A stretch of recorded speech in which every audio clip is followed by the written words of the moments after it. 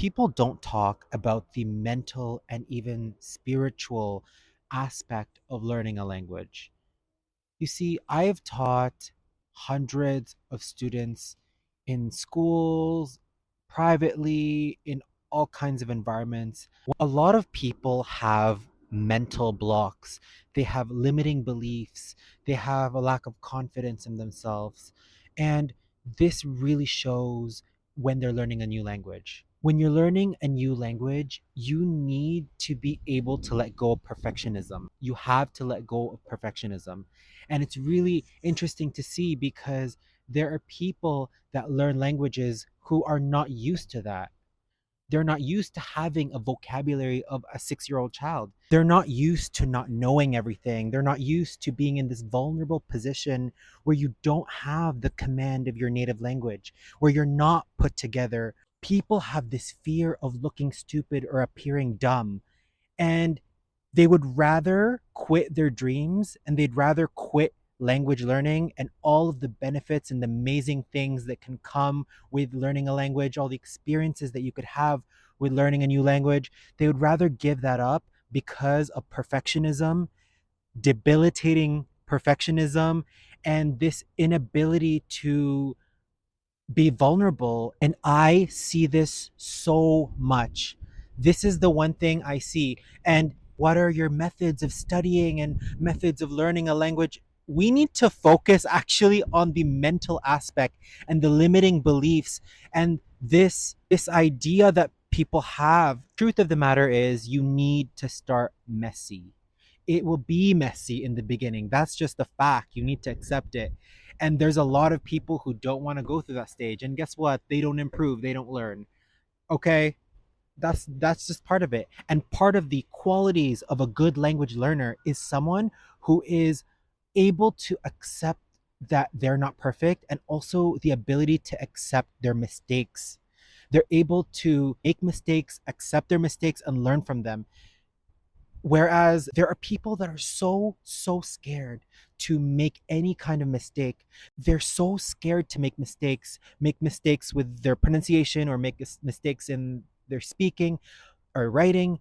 But the truth is, ladies and gentlemen, is that's part of the learning process. That is part of the learning process. And if you're asking, why does this happen? Why does this happen? Well, I can tell you if you really want to go there. A lot of people pick up these limiting beliefs from their childhood and the household that they came from.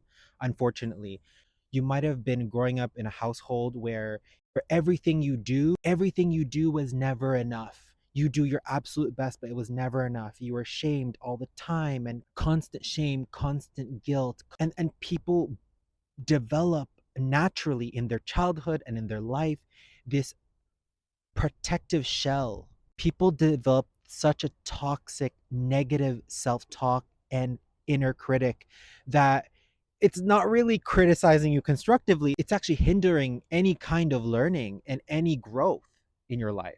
And especially when I'm teaching, when I want to point out a mistake a student makes, I always pay attention to some of the reactions.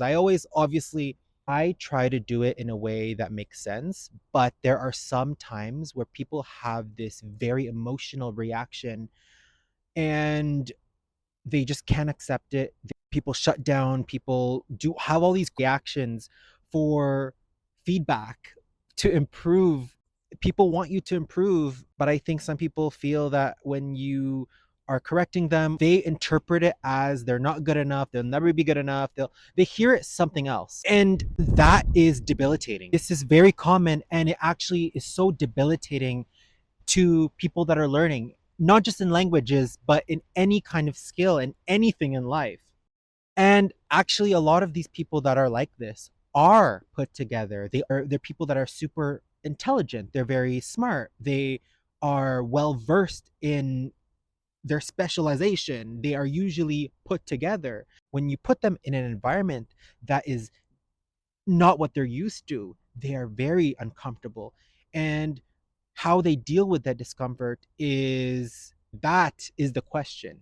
I think people just really need to reframe failure. They need to reframe it in a way that is not, you suck, you'll never amount to anything, but it's an indication that you are progressing and learning. And with every mistake and every failure and everything that comes your way, you will actually learn more.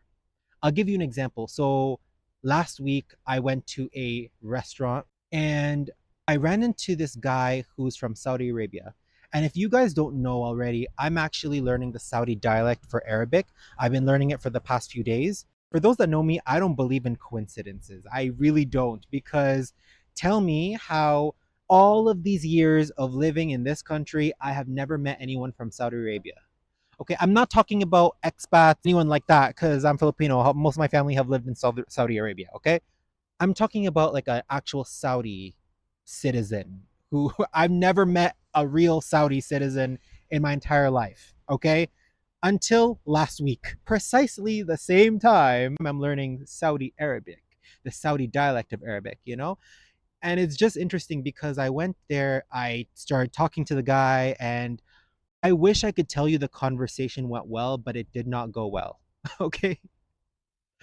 I stuttered. I couldn't, the words were just not coming out of my mouth. Although I practiced, I've been learning, I've been taking notes, I've been studying.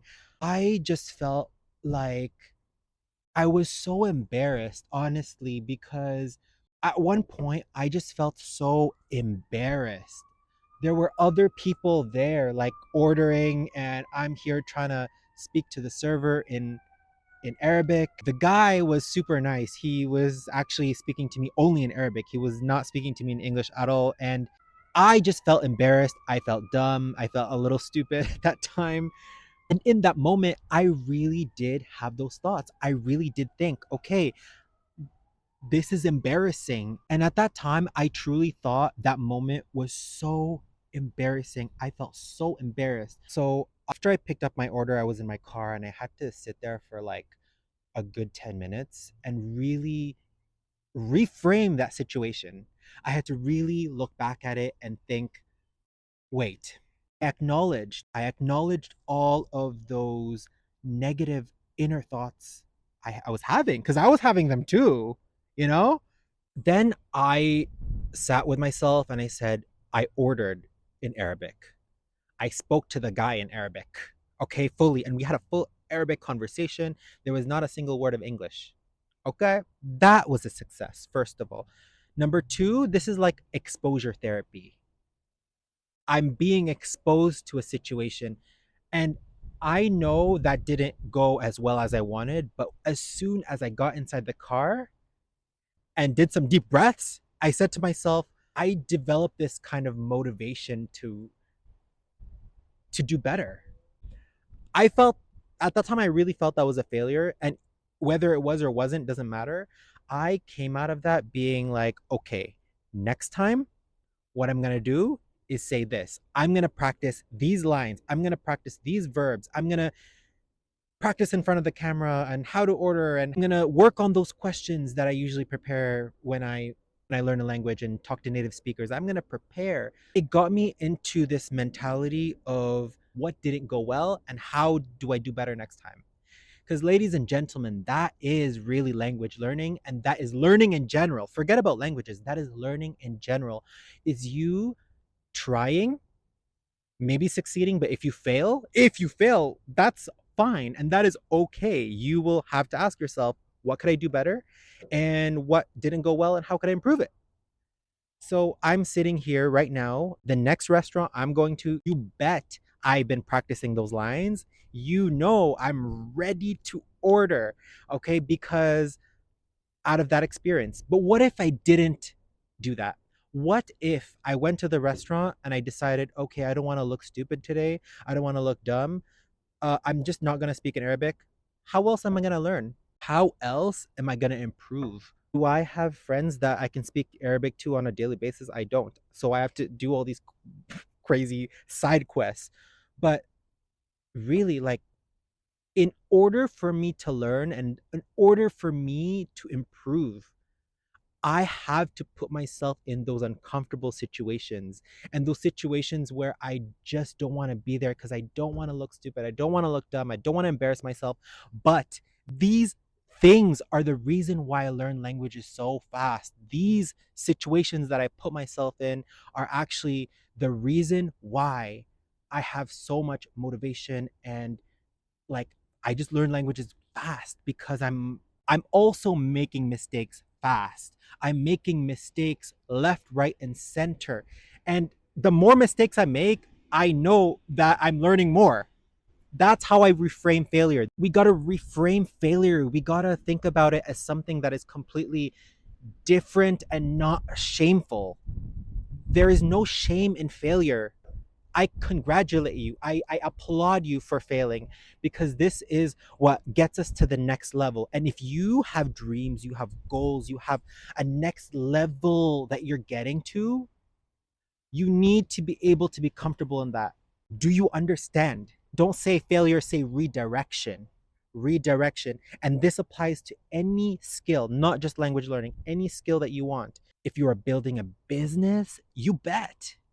It's the same thing. You need to have enough reps, you need to have mistakes. That's how we learn. That's how we move forward. I wish you all the best. I wish you all the best in your language learning. I just wanted to yap a little bit today on my experiences, but hope this all helped y'all and see you in the next video.